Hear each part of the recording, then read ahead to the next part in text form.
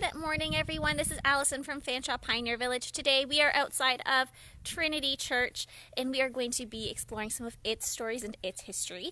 So this church was originally founded in 1872 by a number of James Anglican church from Stratford. When they started this church, it took them a little while to actually have until 1886 that they bought the property the church was on in Seabringville. They bought that land for $6. The following year, they built the church for $14,000, which would have been a nice chunk of change at that point.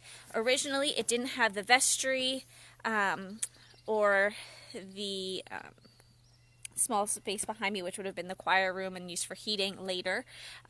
So it just would have been the larger section of the building where the church itself is primarily at that point. When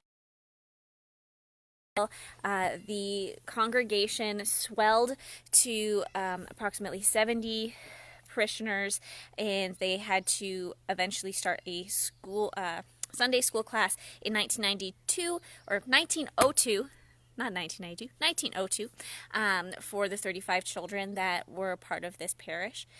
When this building was constructed, it was built in the fashion of a carpenter gothic church, which was to recreate the ideas of what a gothic church would have looked like using wood, since in Canada that's what you have an abundance of. You have a lot of wood. So we're going to go explore some of the features, but I wanted to start outside because one of the features of a carpenter gothic church is board and batten siding, which is what our siding is here. So if you see, there are boards, and then in between, over the whole crease between the two boards, there is a piece of batten put over top.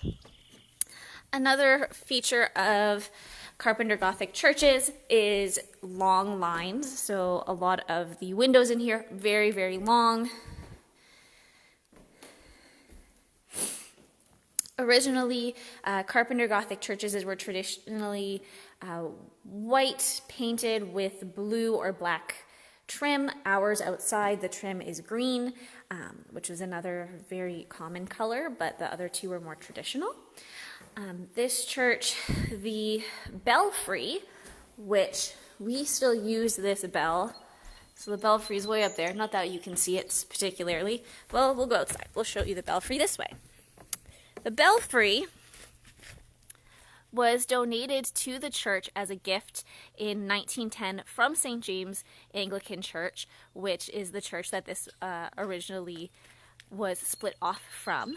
So this was their mission. And we still use this church bell, so let's see if we can get it to ring. Oh, let's flip around. So, we use this church bell. You might be able to hear it. We use this at the end of the day, each day, in order to signal that the Pioneer Village is closing for the day. We also use it for weddings, which are still held in this building. We also use it for things like staff training and site awareness for different things that might be happening. What else can we say about this building? In 1997, the congregation for this church was shrinking drastically, so they decided that they were going to stop holding services here. The church was going to be torn down and destroyed, so they decided to donate the church to Fanshawe Pioneer Village in the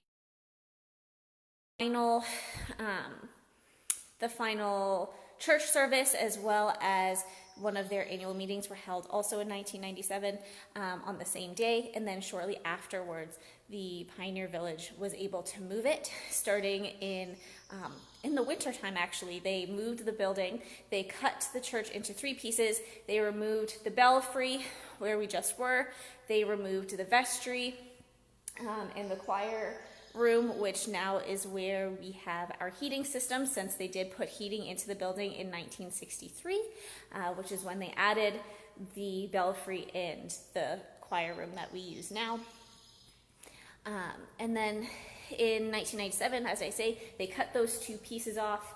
they cut off the belfry, they cut off the choir room when they moved into the Pioneer Village, and they moved the building here.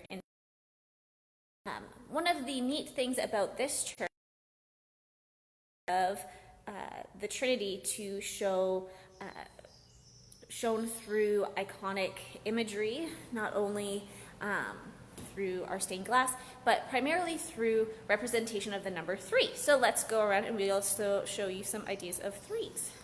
So here in the back, the main windows are in a set of 3.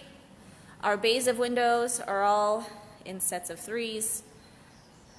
The electric light, sets of 3s on the lamps.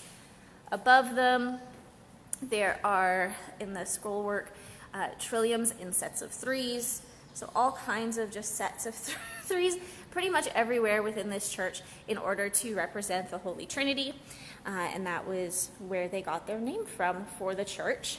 Let's go back outside. So here at the Pioneer Village, as I mentioned, we still hold hold weddings here. For a number of years, church services did continue at the Pioneer Village for this congregation, but eventually they did stop since the congregation did eventually disband. Let's see. Yep, so it was December of 1997 that the Pioneer Village was able to move this building here. It wasn't opened until obviously after that, since they have to reattach the building together. Here behind me you'll see this is the choir room that I mentioned. That's now used for storage. When we have weddings here, a lot of the time that's where the bride goes and hides so that the groom doesn't see her before she's ready for them to see her, as well as their guests. So everybody, I hope you have a fantastic morning. I will see you this afternoon for a story, and hopefully the rain holds off. It was nice enough to stay away while I was trying to do my video, and we'll see you this afternoon. Have a great day.